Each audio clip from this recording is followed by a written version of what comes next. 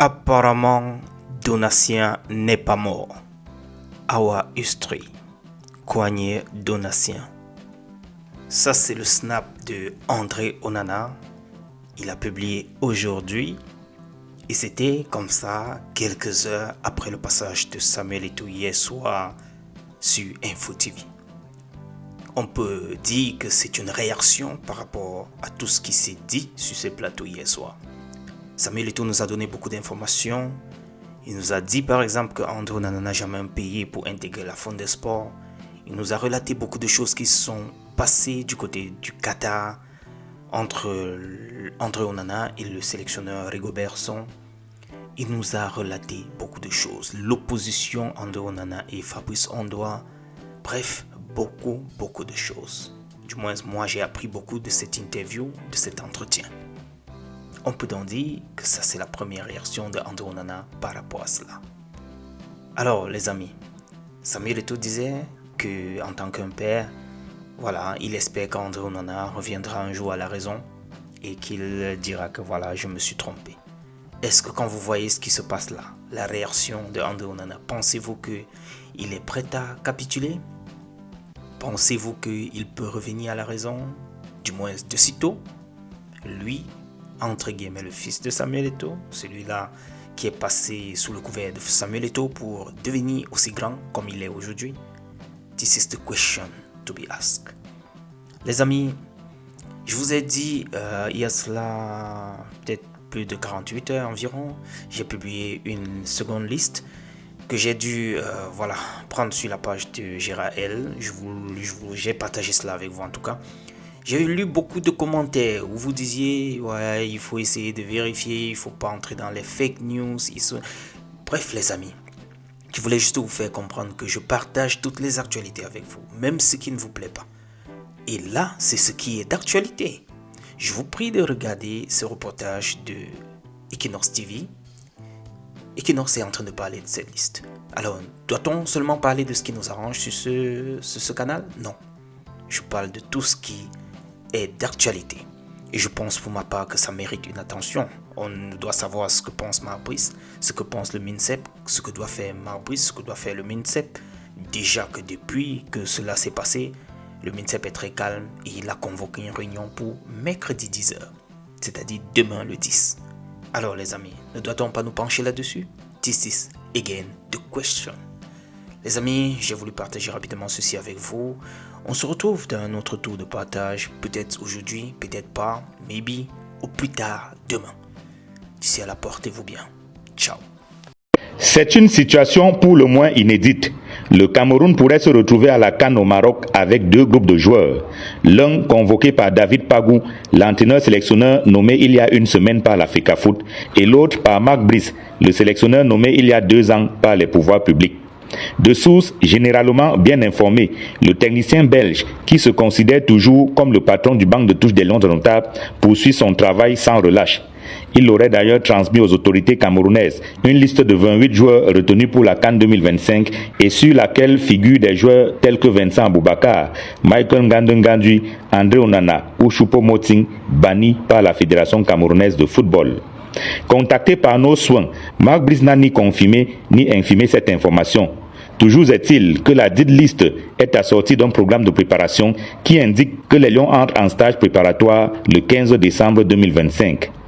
Dans la foulée, le ministre des Sports et de l'Éducation physique, silencieux depuis le réaménagement du staff des Lions opéré par la FECAFOOT, convoque une réunion préparatoire à la CAN 2025 mercredi 10 décembre prochain. Réunion devant se tenir au Palais Polyvalent des Sports de Yaoundé à partir de 11h précises. Il y a un nom qui m'intéresse particulièrement, c'est quand même André Onana, votre fils. On sait quand même que tout est parti du Qatar lors de la dernière expédition des Lions indomptables, où on a vu des murs et des pas mûrs. Vous avez toujours présenté André Onana comme votre fils. À l'heure actuelle, vous allez me recadrer si c'est faux, c'est l'un des meilleurs gardiens du but au niveau au monde. Et il est écarté d'une liste au moment où nous allons en Coupe d'Afrique. Comment vous jugez cela? Monsieur Pafaïchi, vous découvrez André Onana aujourd'hui ou encore pour certains hier? Mais je lui avais déjà dit qu'il était le meilleur gardien au monde. Lui-même n'était même pas convaincu de ça. Je l'ai dit, les images sont là. Et je le dis tous les jours. Tous les jours. Il n'y a rien de plus beau pour un père que de voir son fils là-haut. C'est ça.